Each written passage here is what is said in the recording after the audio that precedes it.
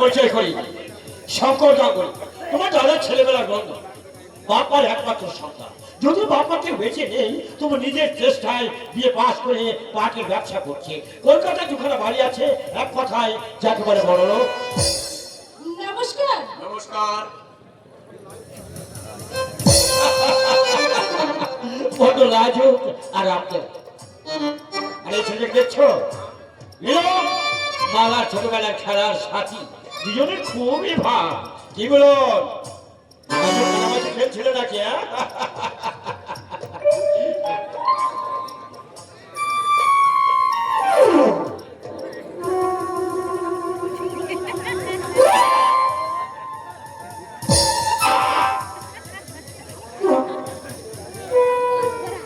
মালা আমার মা মারা একমাত্র মেয়ে।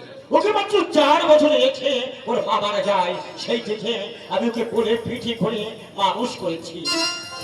একমাত্র মেয়ের জন্য আমি আমার সবকিছু ত্যাগ করতে পারি। সেটা আমি একদিনে বুঝতে পেরেছি। পারবে বই কি? নিশ্চয়ই পারবে। তুমি বিদ্যান, বুদ্ধিমান। আমি বড় দুঃখী, যুগের সঙ্গে তাল মিলিয়ে চলার মতো অর্থ আমার আছে, তুমি তো কিছুই আমার নেই। মালার তো ছিল ওই পিতা আছে, কিন্তু আমার এই পৃথিবীতে আপন বলতে আমার কেউ নেই। আহা,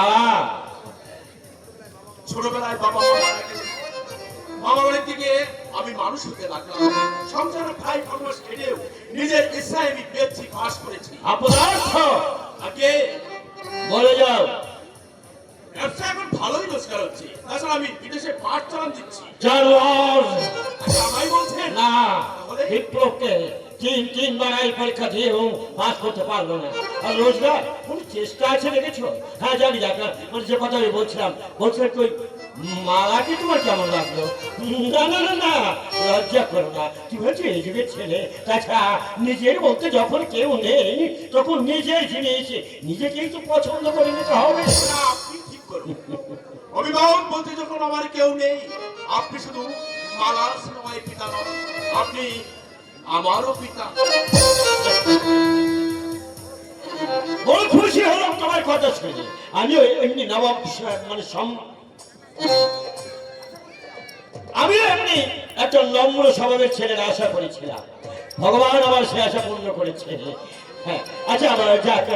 আর মালাও বলছে কি মালাও খুব বড় সংসার ধকল সামলাতে পারবে না। জানি যাক, মালা বলে চা তৈরি করে বসে আছে, আমি এগোচ্ছি, তুমি এসো।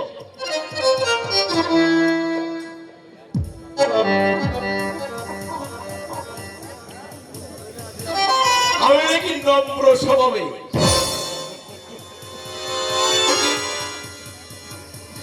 আমার উপরটা যেন ভালো, ভিতরটা ততই ভালো। এমনি করে মালার বাবার মন জয় করতে হবে, তারপর ভোগ করবো এই মালার যৌবন। অবশেষে বিক্রি করে দেবো ওই পতিতা পল্লী। ইনকাম করবো হাজার হাজার টাকা। বিয়ে করা আমার নেশা, নেশা। এ পর্যন্ত 10টি বিয়ে করেছি, ইনকাম করেছি 20 লক্ষ টাকা। শুধু মালার যৌবন নয়, ভোগ করবো মালার বাবারে অর্থ। তবেই তোমার নাম শঙ্কর গাঙ্গুলি।